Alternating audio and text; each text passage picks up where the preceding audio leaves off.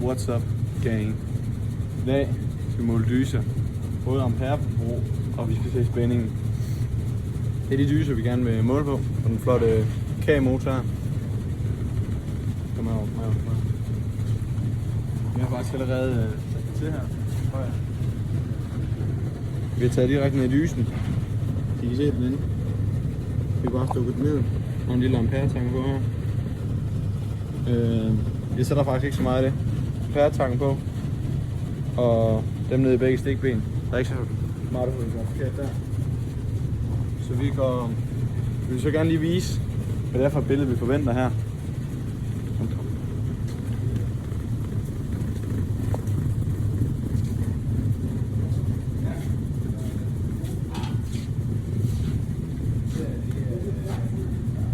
Dysen. Plussiden er valgt til 12 volt, fordi dyser de er stillestyret. Så vi har 12 volt, og den er lukket. Så vil vi gerne have den åbnet. Så laver vi gennemgang på plussiden. Bum! Gennemgang til stil. Ja, gennemgang til stil. Så laver motorstyringen gennemgang. Så åbner den så. Der er vi åbningstiden her. Så vil vi gerne have den lukket. Men fordi at det egentlig bare er en spole, sådan en magnetventil, så vil der altid være det magnetfelt stadig. Så vi vil gerne have den lukket med det samme. Så ved du hvad vi gør? Ja, her har vi dysen.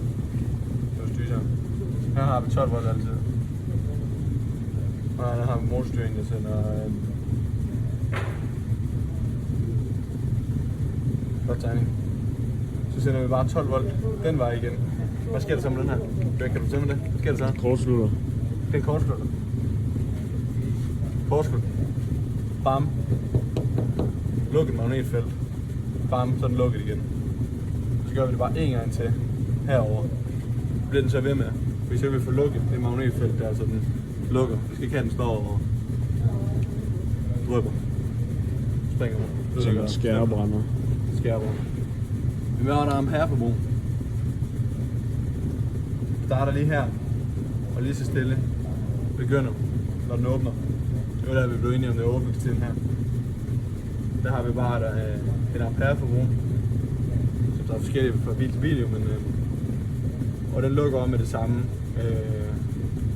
Der er ikke mere forbrug på lige så snart magnetfeltet slutter. Kun mekanisk lukketid. Det er det eneste vi har. Så det er det vi forventer? Det er det her vi forventer. Husk det. Nu vil jeg over og tjekke. Kom.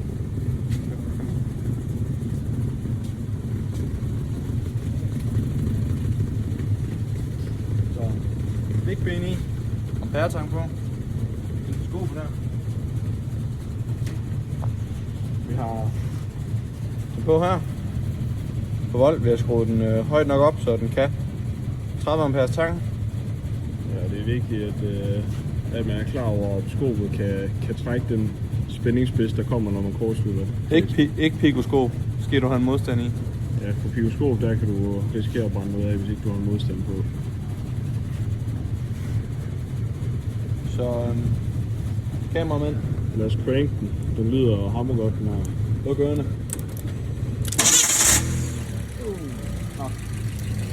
Så kan vi se her. Hvad var det, vi sagde? Så har vi jo det præcis billede. Ja. Der åbner ventilen sig. Bam. Åbningstid. Kortslutning. Og så lige lidt mekanisk ventetid her. Det vil vi også se her. Ja, ampereforbrug. Bam. Kortslutter. Yes. Skal vi lige prøve at stoppe den der?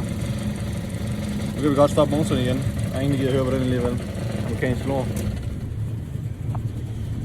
Kører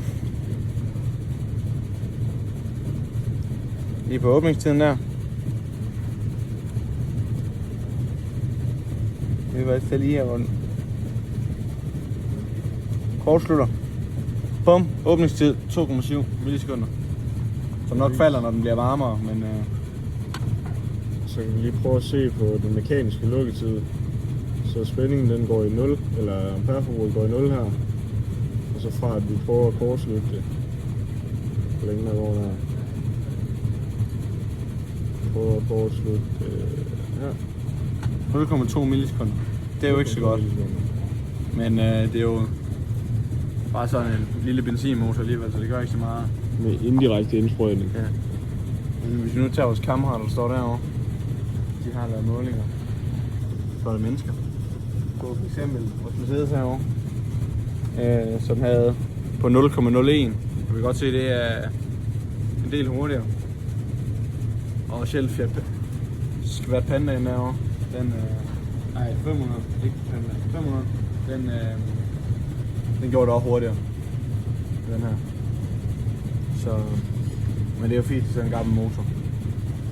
Så vi fik det billede, vi gerne ville. Det må vi godt. Honey, see you.